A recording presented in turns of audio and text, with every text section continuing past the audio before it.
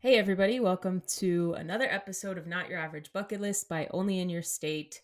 I'm here with my co host, Sarah. Hello, Sarah. Hello, Marissa. Hopefully, people are following along every episode so they know where we are at in terms of our Where season. are we at? Where are we at? We right here. Um, so if you don't know, we're a little bit rusty. We haven't recorded in a Yeah. couple weeks because we both went on vacation. Yep. Happened to be in the same state, didn't cross paths, No, it's unfortunately. it's a big state, so Yeah, it would have yes. taken some time. Yes. I don't know if you want to like share some tidbits of your trip. You were in Northern Yeah. California. Yeah, I was at the Sequoia National Park as well as Yosemite. First time in those national parks. They were absolutely unbelievably beautiful. So cool. It was unseasonably warm in October, so we did all the fun things and all the fun things you can do with a few little nephews tagging along. So no big hikes and no fighting Okay. bears. But Did yeah, it was great. Did you were you camping? Did you Airbnb N- it? no lodges. So, Cool. didn't rough it. Maybe at some point in the future. How about you? How was your Okay. trip? It was good. It was very good. We were in Joshua Tree, and I've been there before, but not enough time to really explore it. And we did some hiking in the national park. We went to Skull Rock, Nice. which is Okay. the coolest. Yeah. And honestly, it was really just to be in the desert and have nothing to do, turn off phones. Yep. Like literally every night was sitting outside by the fire pit, looking at the stars, just relaxing and silence. Like That's there's, lovely. yeah, I don't, I think because when you're home and you're just like listening to music or there's TV on in the background or somebody Yep. talking, neighbors, cars, like there's always Yep. something, and you don't realize until you get out there that you're just like, holy smokes, there's no sound Yeah, at not that night. desert life. Yeah, that's Yeah. wild. I haven't spent time in Joshua Tree. I've driven through the area a few times, but it looks amazing. I would Yeah. definitely want to stop someday.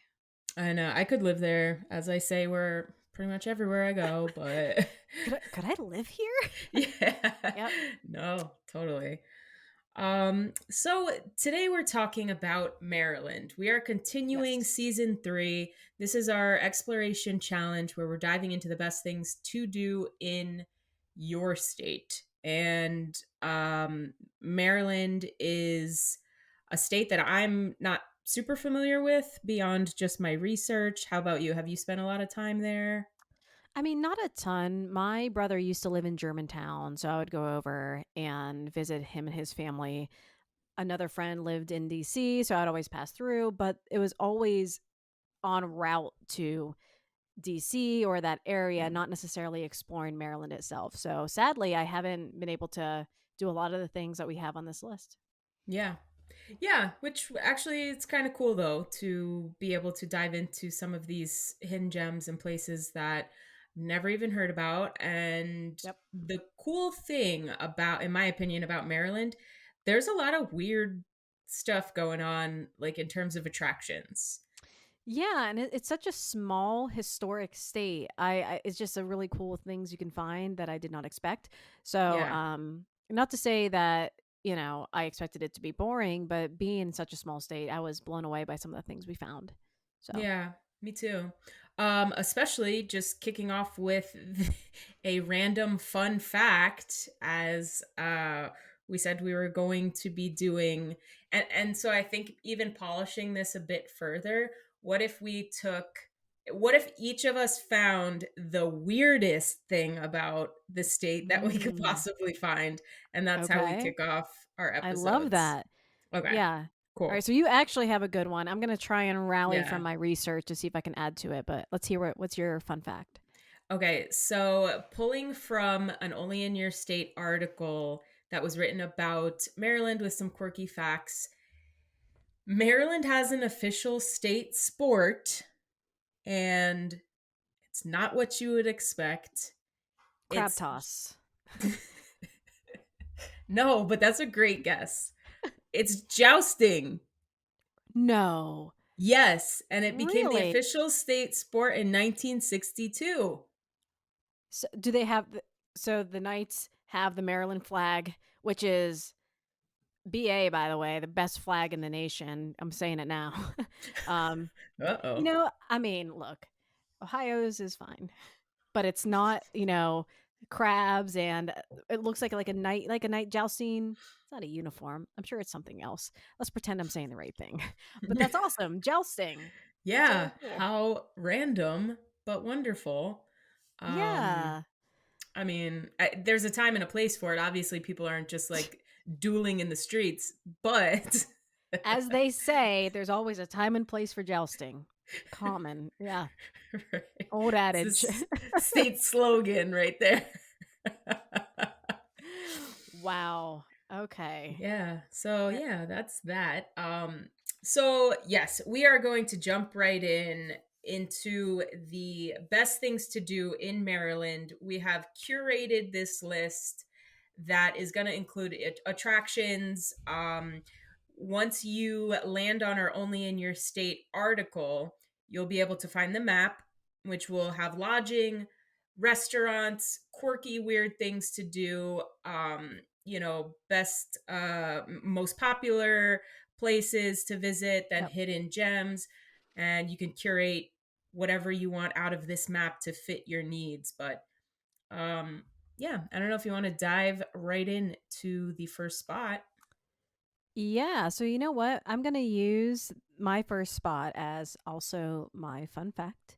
Did you know, Marissa and the world at large, that the Ouija board, was actually named in Maryland, and now that site is a 7-Eleven. What? Yeah. So, Okay. I need yeah, more. let I me need back up a more. bit. So it's a hidden sort of strange little gem that if you go into a 7-Eleven, I think it is in Baltimore. I need to double check, but it used to be a boarding house. It used to be the Langham Hotel at 529 North Charles. And basically the occultist fun little toy, well, not toy, the talking board that, some people view it as a toy, some people view it as more. It was named there because at that residence, at that boarding house, there were seances and other occult events. And the only reason we know about this Ouija, that's not saying it right, but it just makes me laugh, Ouija board history is because of Robert Murch, who is the founder of the Talking Board Historical Society. So now, if you go to this 7-Eleven in Maryland, there's a little Ouija board plaque that says, "We named it here. Yes, Wow. no, hello, goodbye. Where are you?" All the things you'd love to ask your favorite Ouija board was created in this little now 7-Eleven. So, This blows my mind, honestly. Like yeah. truly. That Have whoever bought that 7-Eleven was yeah. just They like, we need this inside to commemorate. it's amazing the fact that they were able to like sort of triangulate the data and say like, "Oh yeah, this is where it happened. This is it. Right. We know it." That's also fair. Yes. So, have you If ever used a Ouija board yourself? yes. Yes, yes, You yes, I have. have. I Yeah. never Yeah. have. Oh, Yeah. uh-oh. Okay. Here we All right. go. Time to make a trip to the 7-Eleven. I wonder if they do that like every Hallows Eve. We invite 7 to 11 people to use a Ouija board And have a inside. Slurpee. I can't.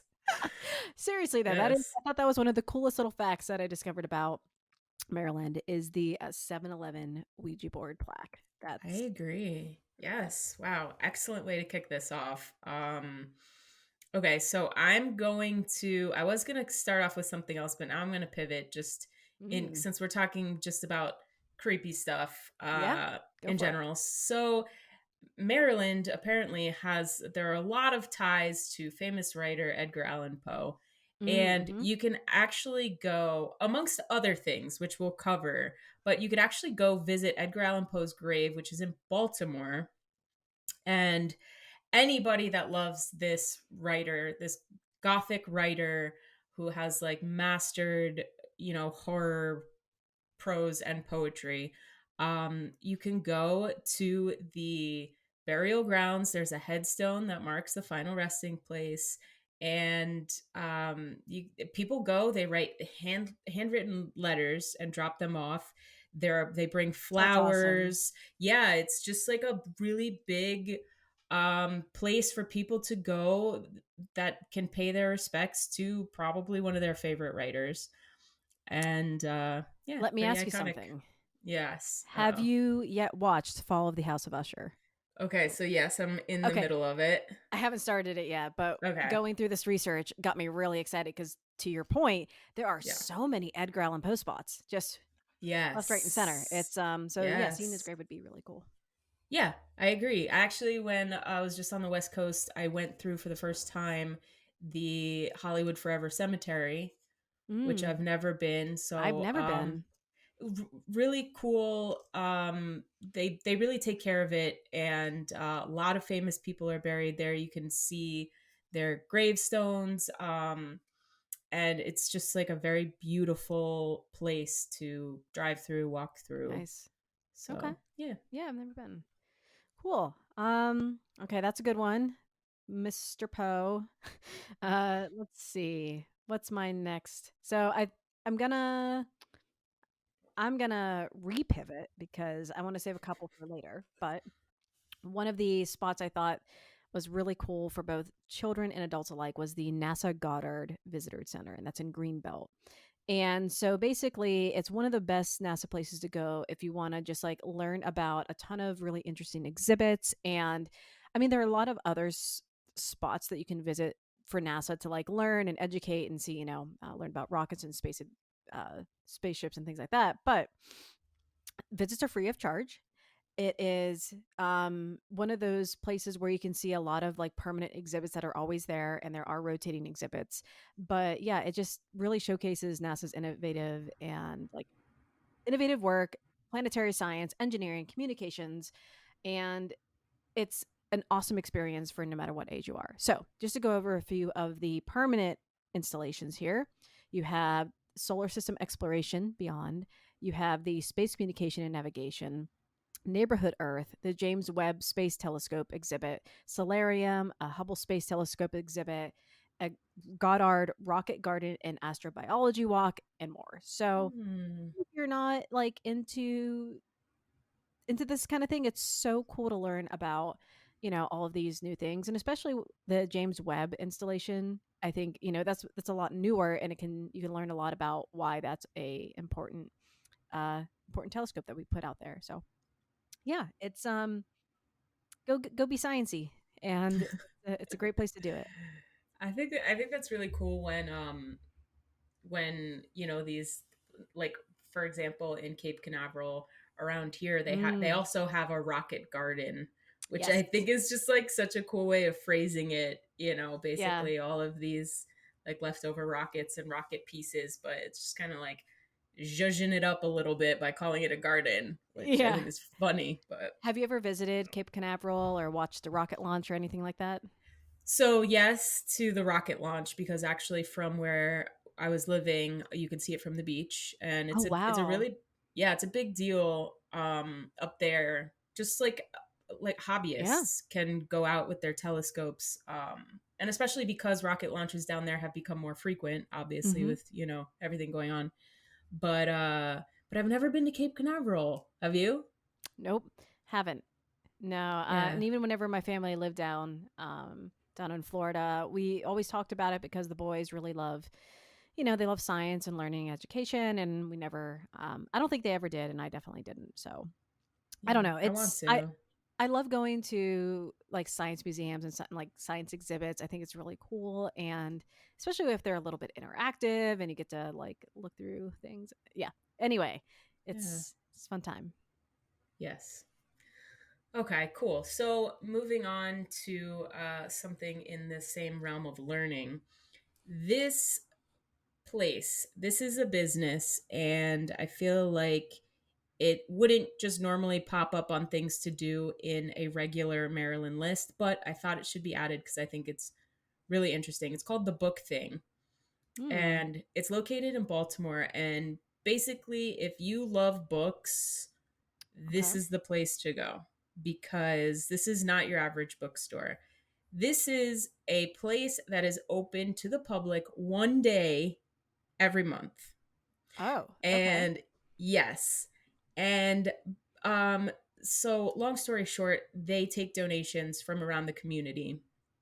And one day a month they open up to the public and they stamp these books not for resale, but you can go and for free, hunt down and find some books and take them home. And I just think it's such a cool place for people to, who love books, or just have families that, you want to find a couple kids books. That's And awesome. it's like such a just like different unique approach to providing access to Yeah, books that's that awesome. I think definitely The book should be thing. highlighted. The book thing. Okay. Yeah, Yeah. let's go to the book thing.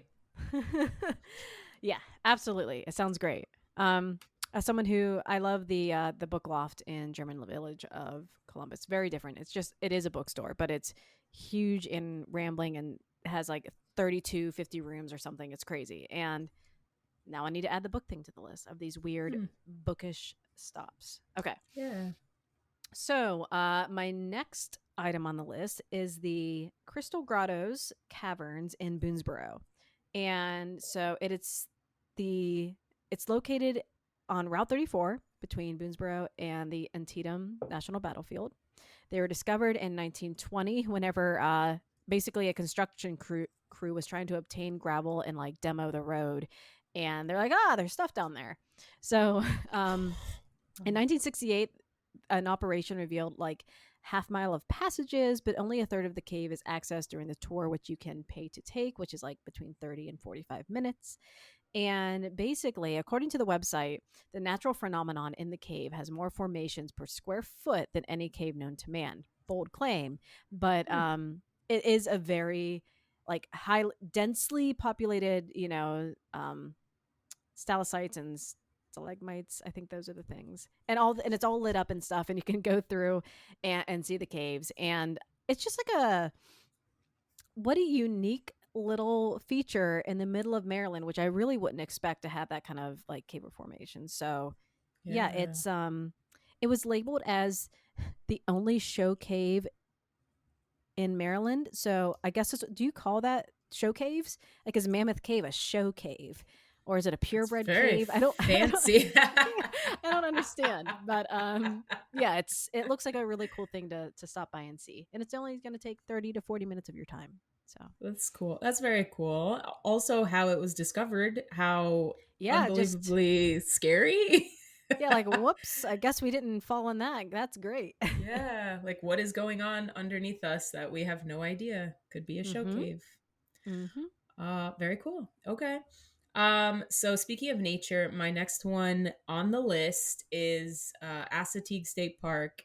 Mm. And this just I've known about this place for a very long time. Just as a kid, I was reading a book that my grandma recommended, and my mind was blown that these parks, beaches, whatever you will call it, has a wild pony population. Look, Misty Um, of Chincoteague was my that go-to book. that's Yeah. it. That's the Yep. book.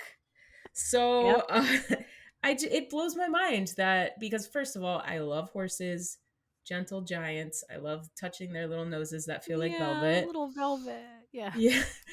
So and surprisingly, I've never been to this park, but I wanted to add it to the list because I feel like Yeah. this, should be just ponies roaming freely across the island, just nibbling here and there, running. Like anytime I could see an animal running free and like having the time of their life, swimming, sunbathing, Yes. yeah, sign me up. And aside from the swimming of the ponies that happens, and I know there's like a whole auction and stuff like that, but then just you're able to actually go to the island and see them just in their Yeah. like just hanging out. That's even better. Like Yeah.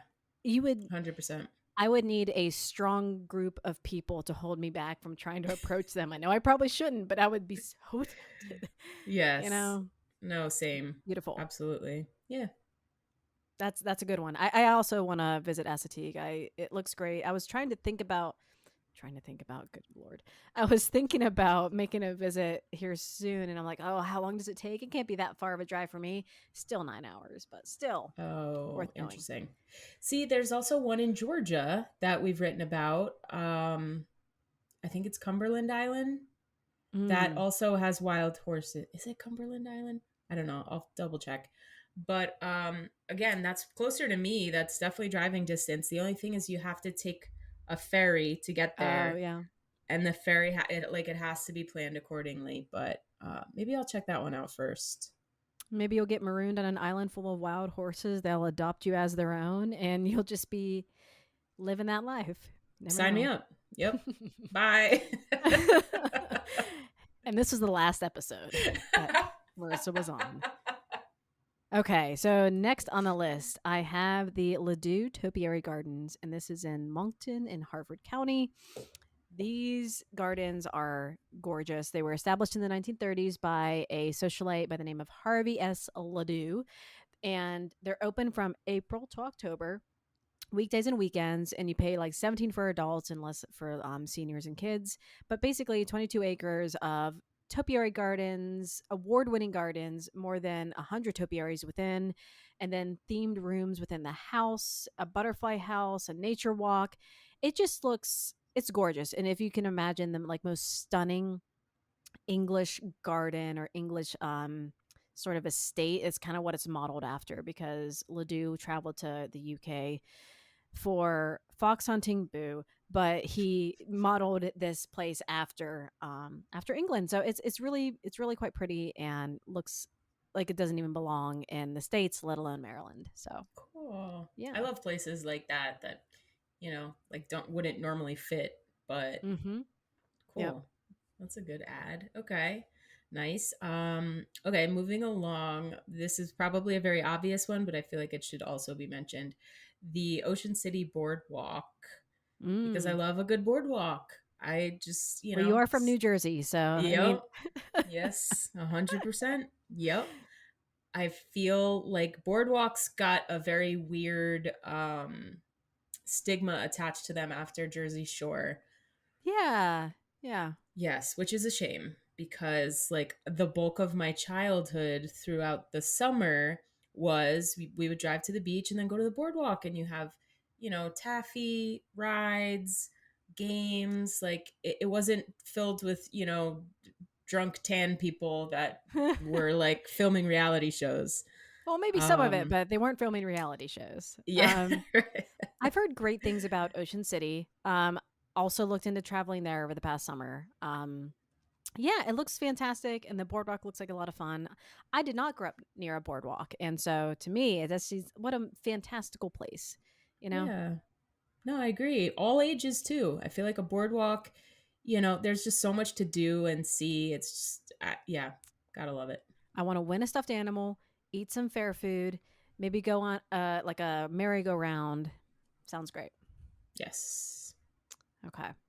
Next up, I have not quite a boardwalk, still important, is Fort McHenry in Baltimore. So, if it sounds familiar, Fort McHenry is a national monument and historic site and the birthplace of the Star Spangled Banner. So, Oh, that is where, when the song was cool. written, it was about the battle being taken. It was about stuff. It was about the battle over Fort McHenry, and yeah, it's beautifully preserved, managed now by the National Park System. You can pay $15 for a self-guided tour, ages 16 and up, 15 and under, get in free. And yeah, you can see all of the fortifications, buildings, artillery, and this was used during the War of 1812 to World War One. So, wanna get a little glance of history, and it might not seem like much, but I think if you're going to start walking through like the battlements and seeing the cannons and kind of like putting yourself in that perspective of what was happening during the War of 1812, I think it would be a really good trip for adults and kids alike. You Yeah. learn you something. Very cool. Love Yeah. that. I wonder, do you know off the top of your head if like with a national parks pass, you can get into forts too? As I bet you. So okay. whenever we were actually doing the junior ranger pass for my nephews as we were out Hmm. out west, and they were able to get access to Basically anything that was a national park sort of establishment. So Cool. whether it's Yosemite and Sequoia or like all the little bits nearby. So I bet you that as part of the NPS, it would be included. Cool. Yeah. Good to know. And Okay. if I'm wrong, please comment and say, Sarah, what you doing? And tell us the information that is correct. Thank you. Thank you. Yeah. Cool. Okay. So I have taking a different turn here. We are going to talk about the horse you came in on saloon, Yep. Of which gotta course. love a saloon first and foremost. That was Absolutely. like, I don't know if you have too many saloons by you. I Zero. don't. Yeah. No. And but it's so interesting because in Joshua Tree, saloons galore. Everywhere you looked, Do there they have was a swinging saloon. doors? Could you like, Yup. oh my Swinging doors. gosh. And let me tell you, people too, with cowboy hats, with, Yeah. like that, The whole yeah, thing. it was a very Western vibe. And I realized how much I love saloons out there. And so I'm adding this one to the list because Nice. this is also very iconic and historic. It dates back to 1775. Whoa. And Yeah. yeah, so the claim is that it's the oldest continually operating bar in the city of Baltimore. It's known for having famous people there who have been drinking, dining, whatever, who knows, fist fighting, we don't know.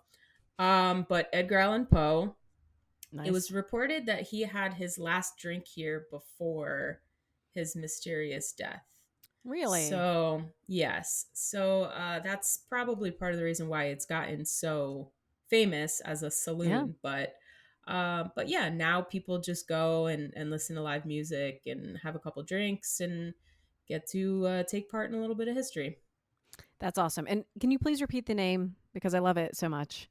The horse you came in on saloon. So is that supposed to be like a dot dot dot and the horse you came in on? Yeah, okay. Love it. I'm into it. Yes. Okay, I'll have to go. Honestly, Baltimore, I mean, a lot of these things are in Baltimore from Yeah. Fort McHenry and the Ouija board 7-Eleven and a lot of Edgar Allan Poe places and also the Paper Moon Diner, which is in also in Baltimore. So Hmm. this is another pick by me, and it's been open since 1994, serving up typical diner fare. But I will say the food looks amazing. So, like, giant menu where you have all of the options, but every single photo and review I've seen have been like, this is great. Not a hash brown burnt. This is like top tier diner food.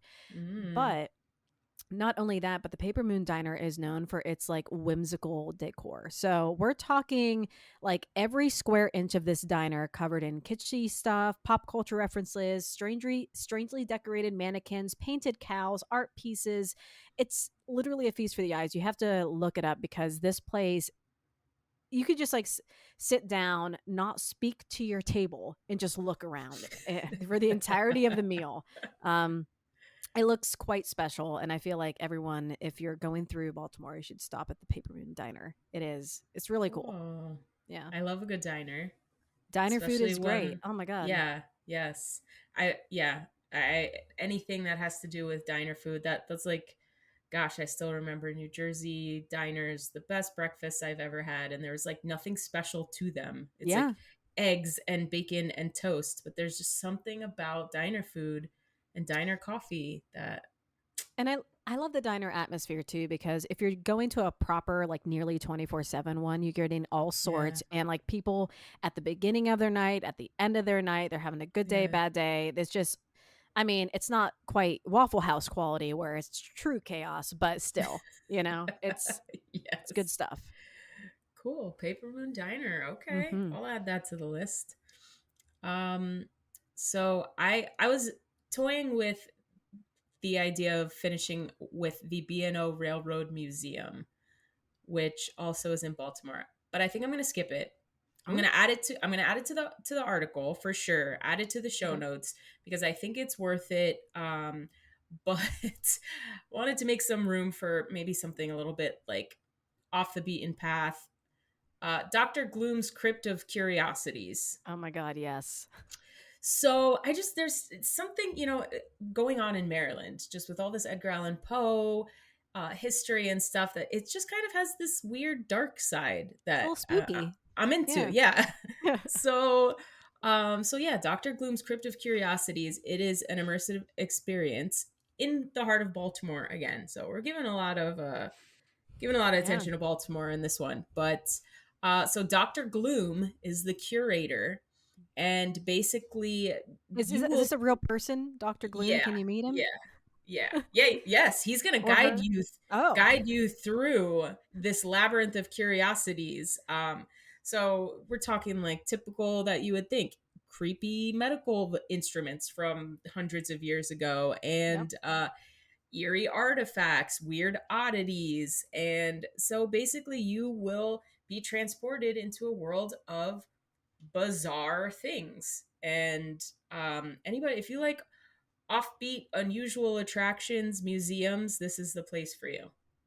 Wow. Okay. I had to while you were speaking, I had to look it up because I needed to see just and yeah.